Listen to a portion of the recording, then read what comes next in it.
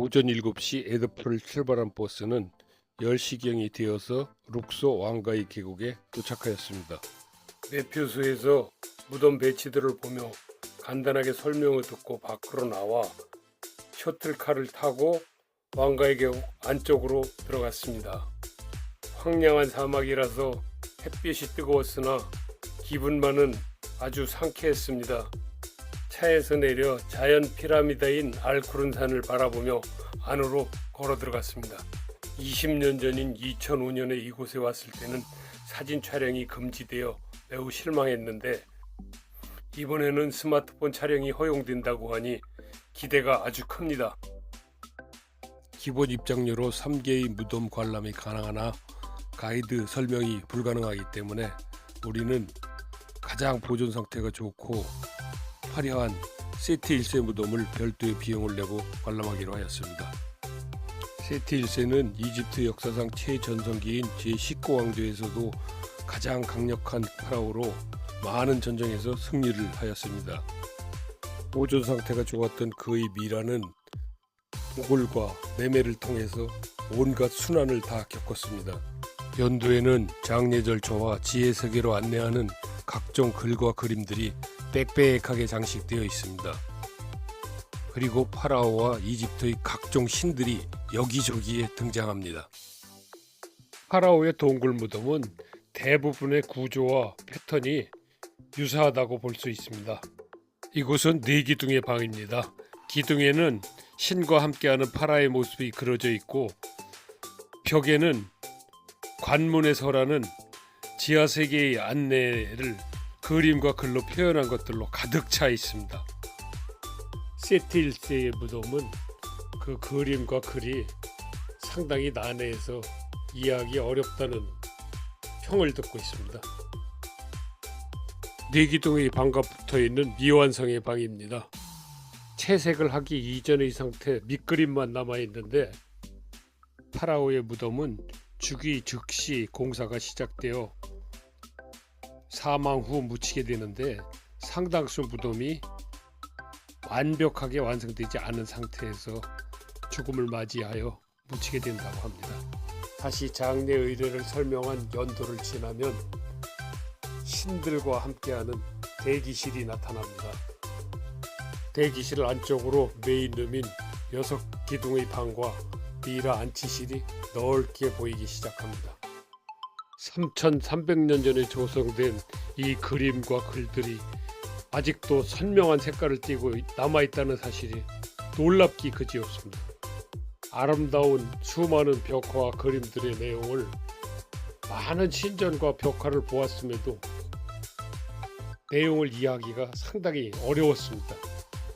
근본적으로 사후 세계와 부활에 대한 믿음이 강했던 이집트인들에게 이와 같은 파라오 무덤의 조성은 아마도 무엇보다 중차대한 일이었을 것입니다.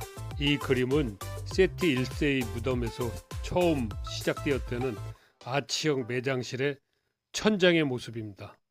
나름 시간의 여유를 가지고 전체적으로 둘러보았지만 수많은 글과 화려한 그림 때문에 정신이 하나도 없었습니다. 지금 보이는 것은 메인룸의 곁방입니다.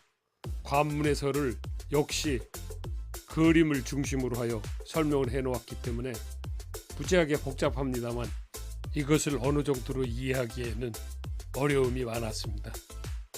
벨조니를 비롯하여 많은 유럽인들이 이곳의 유물을 반출하기 위해 벽체를 통째로 뜯어내는 것도 여러 곳 보입니다. 매장실이 붉은색과 노란색 바탕을 띠고 있는 반면에 4기둥의 방과 이 방은 흰색이 바탕을 이루고 있어서 전혀 다른 느낌을 주고 있습니다. 이제 다시 매장실로 나왔습니다. 이렇게 화려하게 조성된 무덤의 파라오는 1세기도 지내지 않아 귀금속을 훔치려는 도굴꾼들에 의해 미이라가 오체 분시되어 버려지는 일들이 지속적으로 발생되어 안타까움을 더했습니다. 결국 훼손된 미이라를 한데 모아 보관하기도 하였고 미이라 자체에는 치장을 하지 않는 방법을 선택하기도 하였으나 여전히 미이라에 대한 훼손이 계속되었습니다. 이곳은 또 다른 기업방입니다. 벽체에 코브라 그림이 정교하게 그려져 있고 전체적으로 이것도 흰색을 바탕으로 하여 그림과 글이 빽빽하게 그려져 있습니다. 검은색의 천장에는 수많은 별들이 아름답게 그려져 있습니다. 반대편에 있는 이곳은 천상의 소와 그 소를 기리는 글들과 그림들이 그려져 있는 방입니다. 소로 상징되는 하토르는 사랑과 미의 여신으로 태양신 라의 딸입니다. 묘를 일찍부터 개방한 탓에 천장에는 방문객들의 낙서까지 선명하게 보입니다. 다시 네 기둥의 방으로 돌아와서 파라오와 신들의 교류하는 모습과 벽화들을 감상해 봅니다. 하지만 가이드의 설명이 없으니 전반적인 내용을 이해하기는 상당히 어려움이 많습니다. 그저 부분적으로 보아왔던 내용을 나름대로 이해할 뿐이지 그 이상은 도저히 해석이 어려운 상황입니다.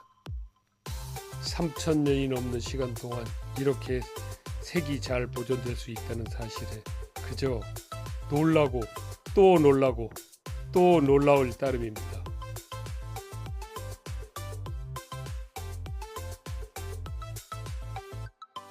나름 오랜 시간 관람을 마치고 아쉬움을 남긴 채 밖으로 나오고 있지만 그래도 뭔가 더 아쉬움이 남아 뒷걸음으로 오면서 촬영을 하고 있습니다. 세티 1세의 무덤을 나오면 아래쪽으로 아버지인 람세스 1세의 무덤과 그 아래쪽에 투탕카멘의 무덤이 나옵니다.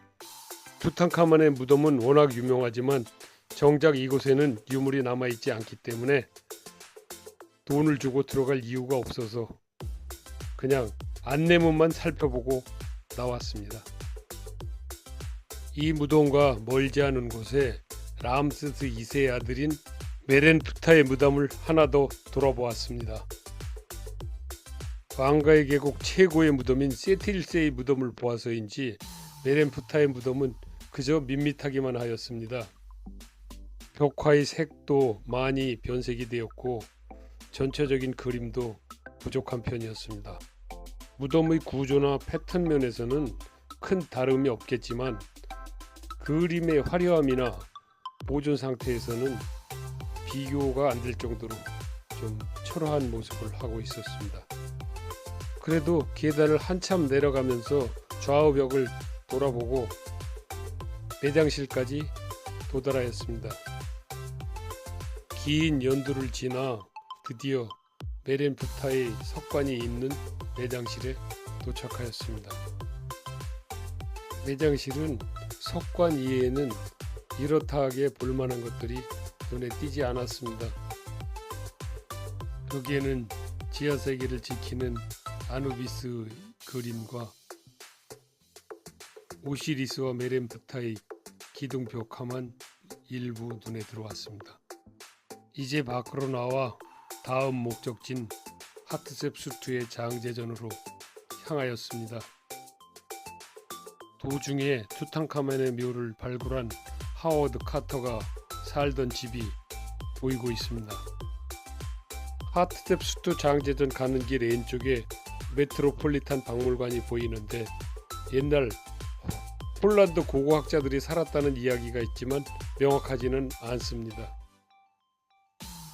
장제전 도착 전에 스핑크스가 보입니다. 3600여 년 전에 지어진 이 하트셉수트 장제전은 지금 보아도 어떻게 이렇게 기발한 아이디어로 설계를 했는지 놀랍기 그지없습니다.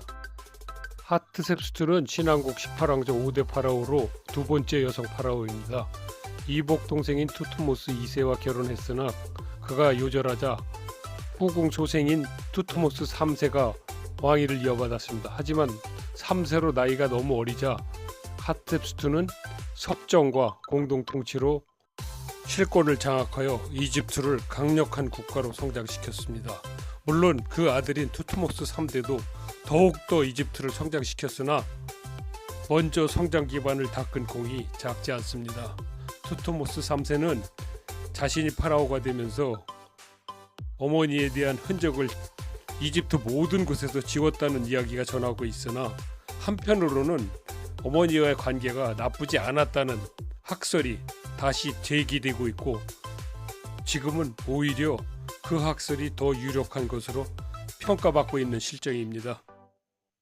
이제 쿠르나 마을과 귀족의 무덤이 있는 곳을 지나 람세스 2세의 장제전인 라메세움을 옆으로 보고 있습니다.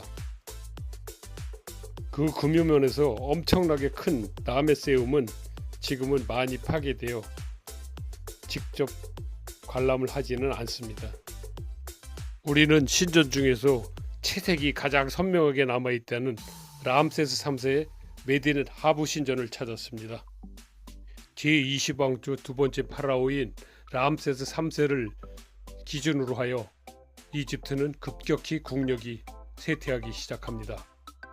람세스 3세 역시 여러 번의 전쟁에서 크게 패하고 별 활약을 하지 못하였지만 신전에서만큼은 완벽한 승리를 거둔 파라오로 묘사되고 있습니다. 람세스 2세 역시 전쟁에서 크게 활약하지 못한 것으로 알려져 있습니다. 오히려 그 아버지인 세티 1세가 전쟁마다 승리를 하여 이집트를 강력한 국가로 성장시켜 놓고 기반을 다졌다고 합니다. 이러한 왜곡의 역사는 세계 각국에서 흔히 볼 수 있는 것들입니다. 제1중종을 지나 탐문에 보면 독수리 문양이 그려져 있습니다. 이 독수리는 이집트를 수호하는 네크베트와 코브라로 상징되는 와제트, 어느 신전이나 무덤에서도 흔하게 볼 수 있는 모습들이죠. 이 신전의 하나의 특징은 벽화와 특히 카르투슈가 굉장히 깊게 새겨져 있어 이집트 역사에서 흔히 일어나는 신전 훔치기가 불가능했다고 여겨집니다. 제2중종의 앞쪽과 뒤쪽에는 오시리스 부조가 기둥마다 새겨져 있으나 지금은 거의 다 훼손되어 있습니다. 다혈주실로 가는 앞쪽에 그야말로 화려함의 극치를 이루는 기둥과 벽면의 채색을 우리는 눈으로 확인할 수 있습니다. 이곳에는 이집트 모든 신들이 등장하는 것 같은 느낌입니다. 그야말로 아름다운 채색과 더불어 신들의 모습을 실컷 보면서 감상을 할 수가 있습니다. 채색이 살아있는 모습이 정말 이렇게 아름다울 수가 없습니다. 지금까지 본 신전 중에서 가장 색감이 아름다운 것으로 생각됩니다.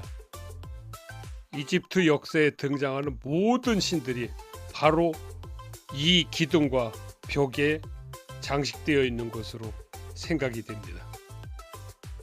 정말 화려합니다. 정말 멋있습니다.